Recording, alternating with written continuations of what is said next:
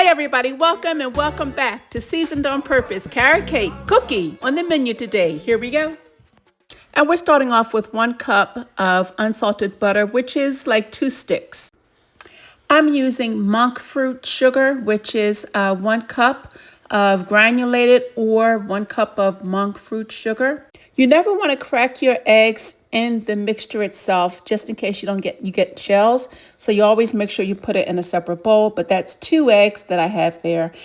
That right there is vanilla extract and almond extract. I have a half a teaspoon each, but if you want to use just vanilla extract, then you want to use 1 full teaspoon of that. And now all I have to do is just pulse this or chop, and it does it for 16 seconds, and that's it. And now my dry ingredients. 1½ teaspoons of ground cinnamon, 1/4 teaspoon of ground nutmeg, and 1/4 teaspoon of ground ginger. And next we have, that's 1 teaspoon of baking soda and 1/2 teaspoon of salt. And that's 1 cup of light brown sugar, packed light brown sugar. Yep, going to get that right on in there.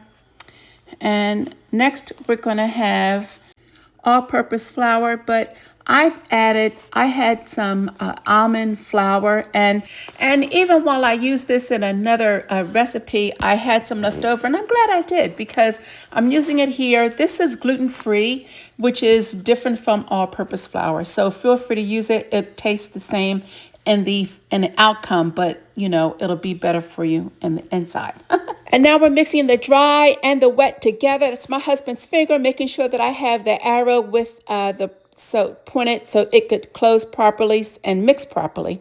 And now I'm going to mix it under the dough signal, and that's about maybe 30 seconds to the T. And after it's finished, oh my gosh, that is the perfect cookie texture. Absolutely.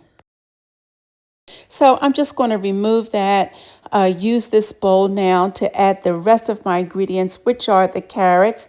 This is about 1½ cup of finely grated carrots. And listen here, you don't want to mix it any longer, right? Now you're just folding things in.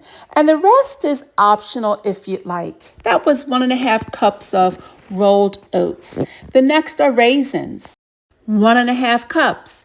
And the next are my nuts. Yes, I chose 1/2 cup of chopped walnuts and pecans. So I had 1/2 cup total. So you do need to chop them up either by your hand or use the machine, whatever. And now, again, we're folding everything together. We're not playing with it because we don't want it to get mushy. We just want to make sure that everything is folded together nicely and mixed well. Your oven is preheated to 350 for 12 to 15 minutes. You want to bake it. In the meantime, let's go ahead and make our frosting. Again, this is optional. You don't have to. However, I wanted to do that because I just love it. That's how I would love to have my carrot cake. So why not make it for carrot cake cookie, right?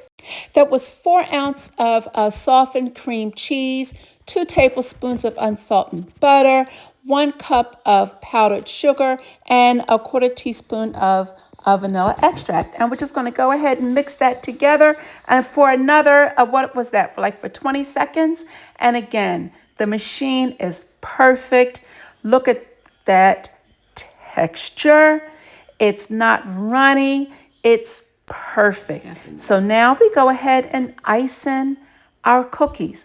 Now you'll notice that some cookies are larger, some cookies are smaller. It just depends on your taste, how you want to bite your cookie. Some cookies I made out of a sandwich. Other cookies I decided to just have the icing on top. It really is your choice. But now look, it's all done. And look, oh my gosh, are you ready for carrot cake cookie, everybody? Of course you are. Yummy. Thanks again for tuning in to Seasoned on Purpose. See you the next time. God bless you. Bye-bye.